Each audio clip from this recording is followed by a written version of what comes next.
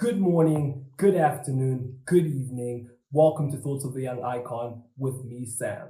Today, I tackle a very special topic on who are your friends. You see, friends play such a major role in our lives. And for some funny reason, we've put it on the backside to decide who our friends are. Whoever comes into our lives and introduces themselves. For some funny reason, we just take them on as our friends. And in fact, we take anyone on as our close friends without realizing the effect that it has on our lives.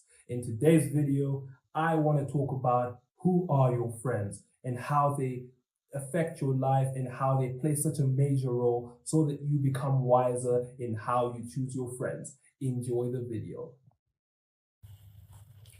So today I want to talk about something that I believe affects each and every one of us, irrespective of our age, irrespective of our background, irrespective of where we are or what we're doing in life, which is the choice of friends that we have. There's a certain misconception that I've noticed with a lot of people where we have decided that the friends we have, they belong to us and we must keep them at every cost, irrespective of whether they are fruitful or they're detrimental in our lives. And I believe that that's something that has affected a lot of people's lives and it has caused them grave misfortunes and it has caused them to take paths which are not meant for them. I have come to this thought after reading Pastor Aubrey's book, Who Are Your Friends? When you read books, it needs to affect you. It needs to affect the way you think. It needs to make you look at things differently. And the book by Pastor Aubrey, Who Are Your Friends, really did make me examine my life, made me examine my choices, my friends. And I started to realize that friends make such a big difference in your life. I started to look back at my early years. I was fortunate, highly blessed by God that the friends who I made in primary school were friends who worked really hard in school. They enjoyed school. We challenged each other. We competed, and because of that, it brought out the best in me. So academically, I had a very good foundation. I learned how to learn very early because of the friends that I had.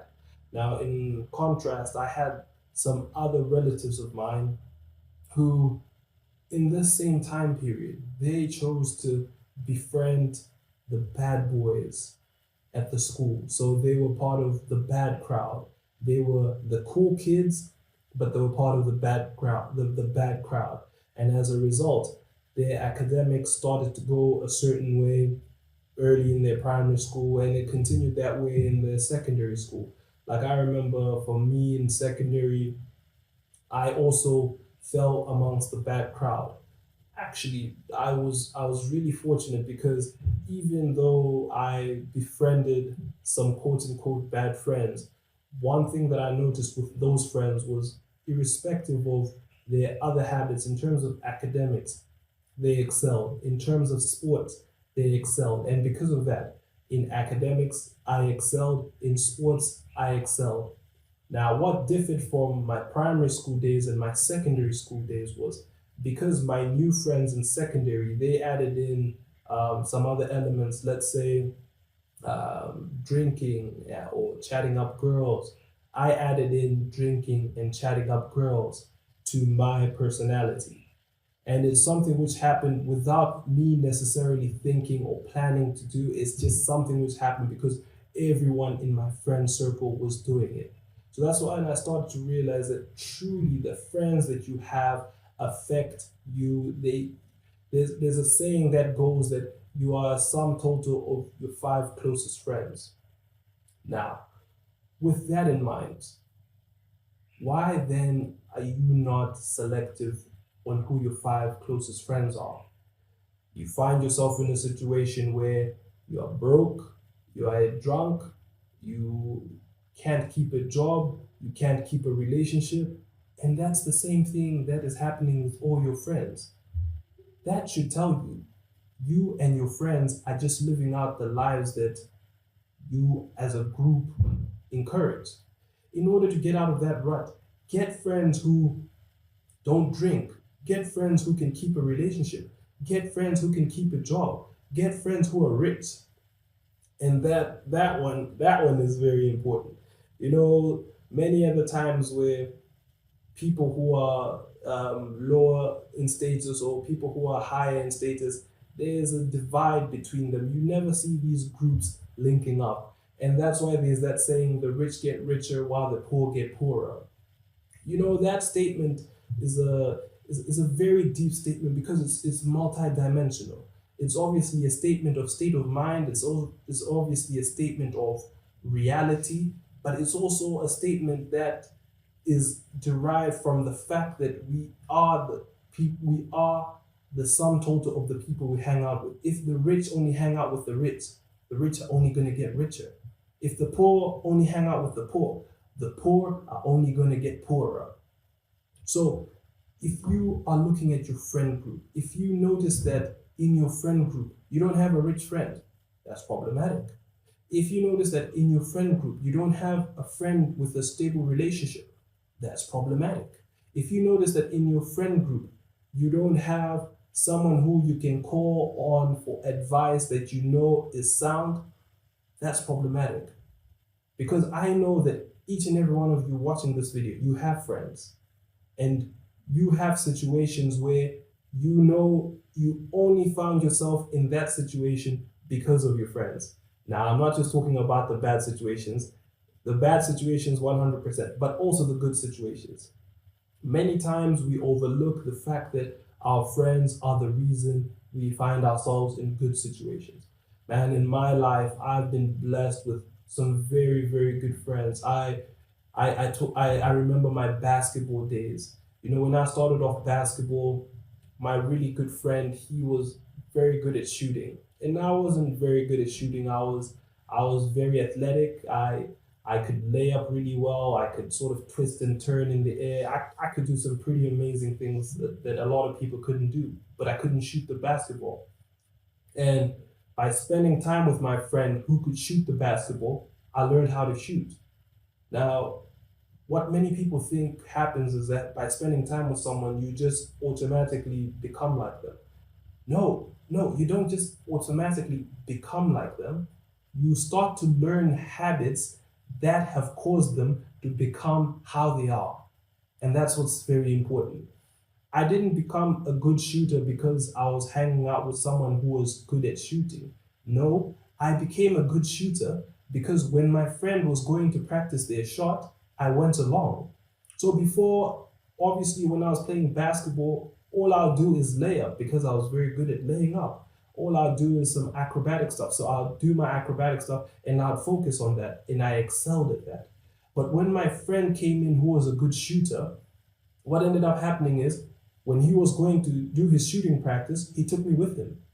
Now, prior to that, I was not doing extensive shooting practice. So, because I was not doing extensive shooting practice, my shooting was just not as good. And in fact, if I had just stayed without this friend in my life, what was going to happen to me was I was never going to do any extensive shooting. And by not doing any extensive shooting, my shooting was never going to get good. And all my life, I would have lived my life thinking I'm not a good shooter. So this is the same in every area of your life, even with regards, let's say, to academics. You can count yourself out and say you're dull.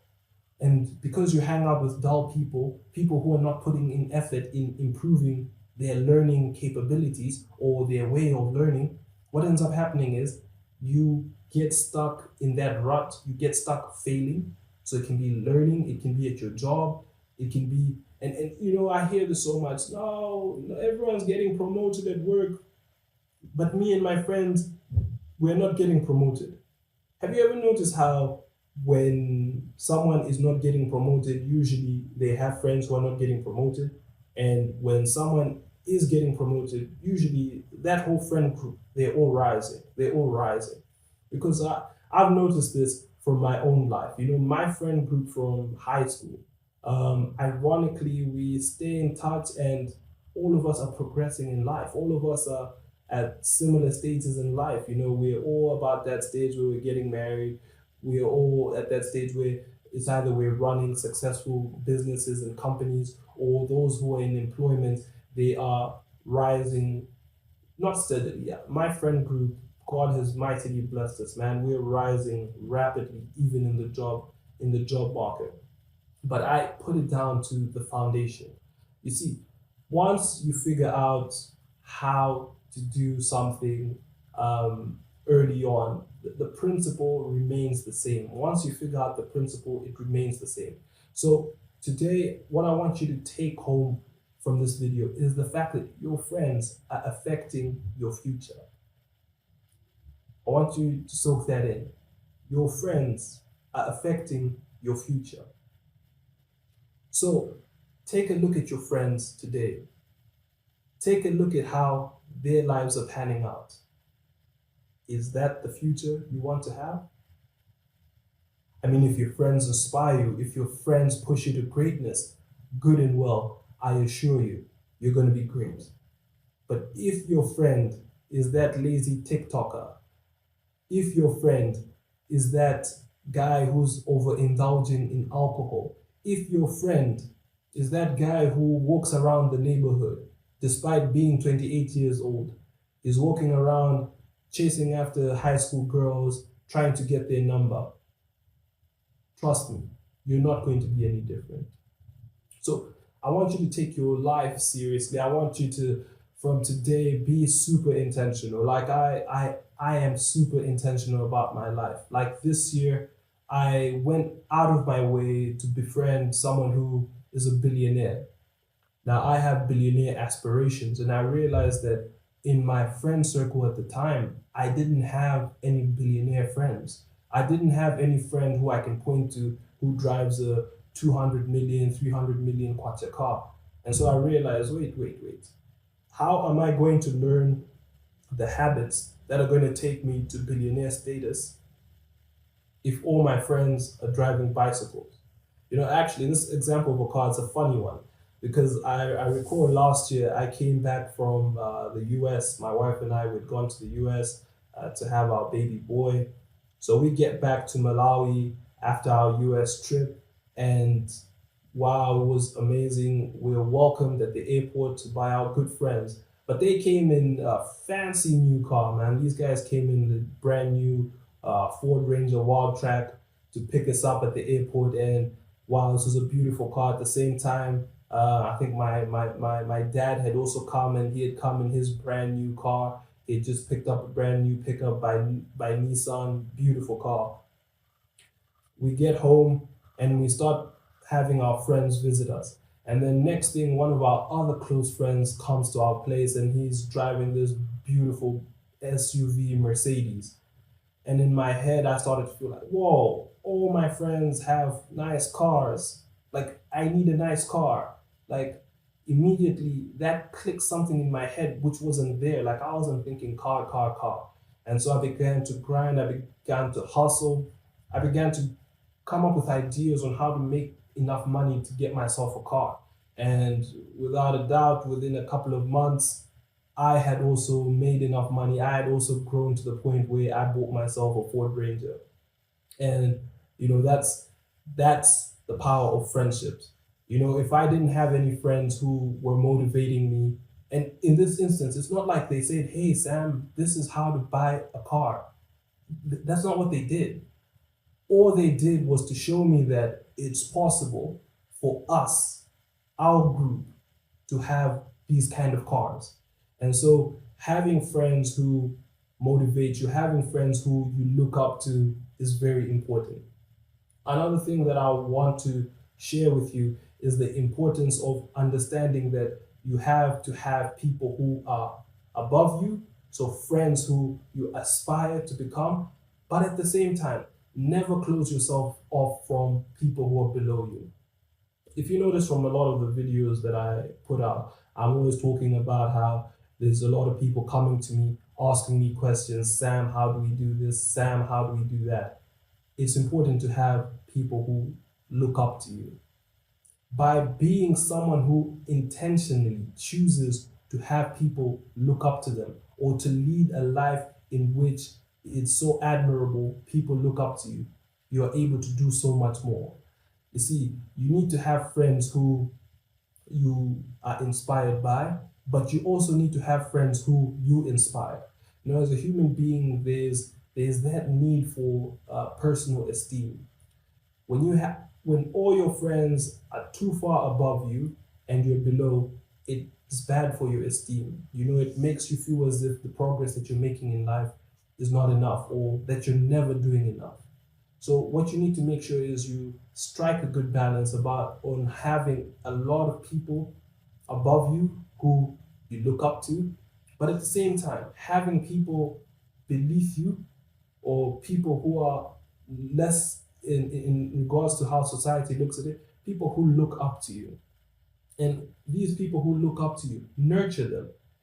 It's also beautiful to be the reason why someone is moving up. I have some friends who were a couple of years below me in college, and I've spoken to their lives, I advised them. And recently, I had a good friend of mine. He had a job where I think he was getting like 250,000 kwacha, and I told him, bro, you need to aim for higher.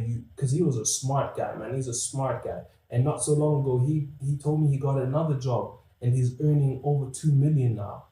And I was like, yeah, yeah, there you are. Now we're bros.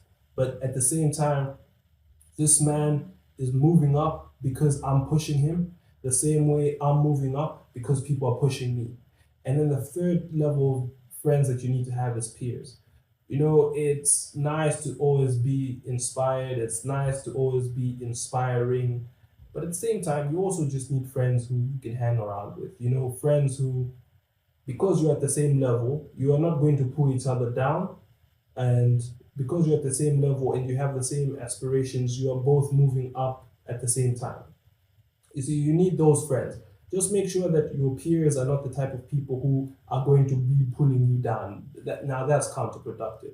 So your peers should not be the ones who every day they're chatting to you about the latest story that they saw on what Malawi Voice or TikTok or Mikosi. Now, I have nothing against those websites. It's good to be up to date with current affairs. But at the same time, it's important to understand that you must limit and you must know what is valuable with regards to current affairs. So, have friends who are going to help you get to where you want to go. If you want to become a CEO, befriend CEOs. It will teach you how to carry yourself as a CEO. It will teach you certain mannerisms. There's certain things that we observe and we learn just by being in the presence of the right people. Again, all I'm trying to emphasize is be selective about who you befriend. If you know that you want to achieve something, if you know that you want to go somewhere far, you cannot go far with people who are trying not to go far. And I know when you look at your life, the people who they are not trying to go as far as you're trying to go. However, you're trying to keep them in your life for God knows what reason. Disloyalty to friends, don't be disloyal to your friends, but be intentional about who you choose to be your friend, and especially who you choose to be your close friend. If you've listened this far, I'd like you to hit that like button. I'd like you to hit subscribe. And don't forget to tell a friend about Thoughts of the Young Icon. Thank you very much.